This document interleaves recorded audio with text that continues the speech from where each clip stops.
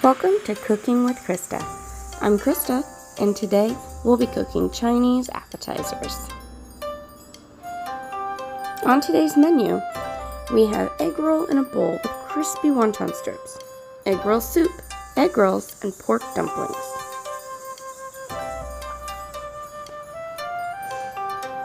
We'll start off by seasoning our pork. I'm using about 4 pounds of ground pork for this recipe because I'll be using it several times. We'll mince an onion, some ginger, garlic, and use some soy sauce and fish sauce to season our pork. Add some salt and pepper as well, and mix it very well. Next, take about 1.5 pounds of that ground pork, and we're going to add it to a hot skillet and cook it until it's thoroughly cooked through. Now while that's cooking, you can start chopping your vegetables. Water chestnuts, carrots, and cabbage. You want a fine shred on your cabbage. We'll also cook some rice noodles. We'll be using about 2 of these rounds today. The seasonings we'll use are pepper, fish sauce, soy sauce, and sea salt. Once your pork is cooked, we're going to start adding our veggies. So first we're going to add the green cabbage, and we'll mix it around very well. At this point your skillet is still on high, and we want this to wilt down. So we're going to mix it around to get all the juices all over the cabbage. Next we'll add our carrots and water chestnuts.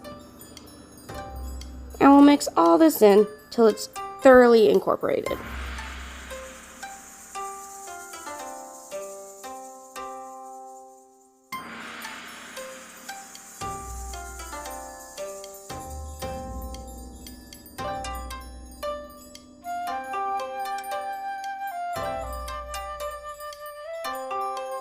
Now that all of our vegetables are mixed together, we can start to season. We'll add our pepper, our salt, some fish sauce,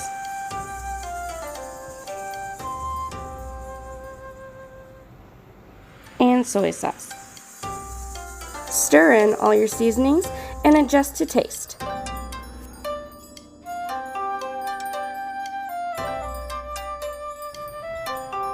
We're going to lower our heat to simmer and start adding our rice noodles. We cook these to the package instructions.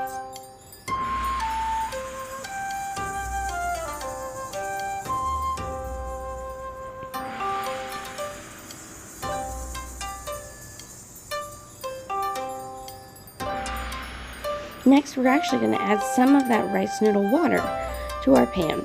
This will create a nice, flavorful broth at the bottom.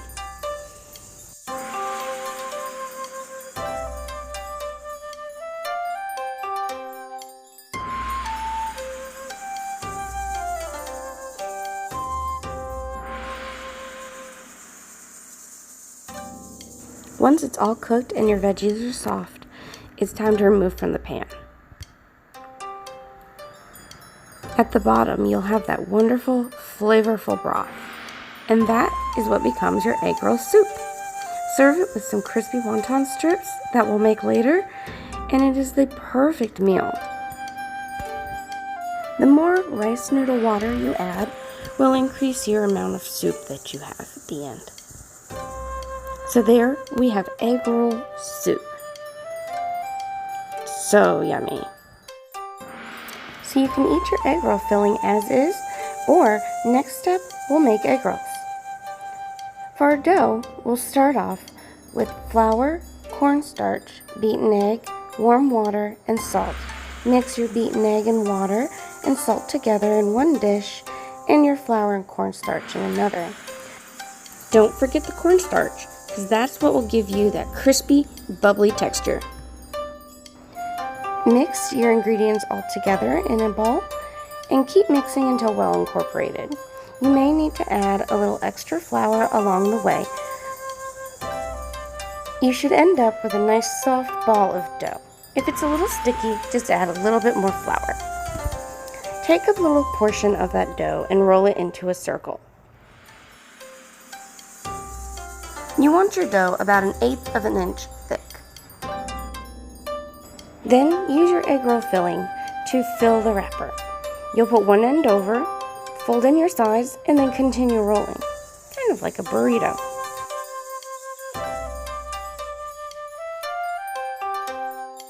To make pork dumplings, we'll do the same thing, except we'll fill it with our raw pork mixture that we made earlier. Fold up all the sides and pinch them together to create a little purse. I've done this several ways, and this is one example. To make the wonton strips, simply take that circle and cut them into little strips. We're going to throw all of this into the deep fat fryer to create our crispy egg rolls, crispy wonton strips, and even fried dumplings. If you don't want fried dumplings, you can steam them. I do this by adding a little water and oil to a pan. Here's a larger batch that I made later. Add enough water to cover the bottom of the pan, and then add some cooking oil. Bring to a boil and then add your dumplings. Move them around a little bit so they don't stick to the bottom. Reduce the heat to low and cover until the pork dumplings have been cooked through. And there you have it, steamed dumplings. You can make a dipping sauce by using soy sauce, a little water, red crushed pepper, and some fresh ginger. Or another good sauce is a sweet chili sauce that you can buy at your local grocery store.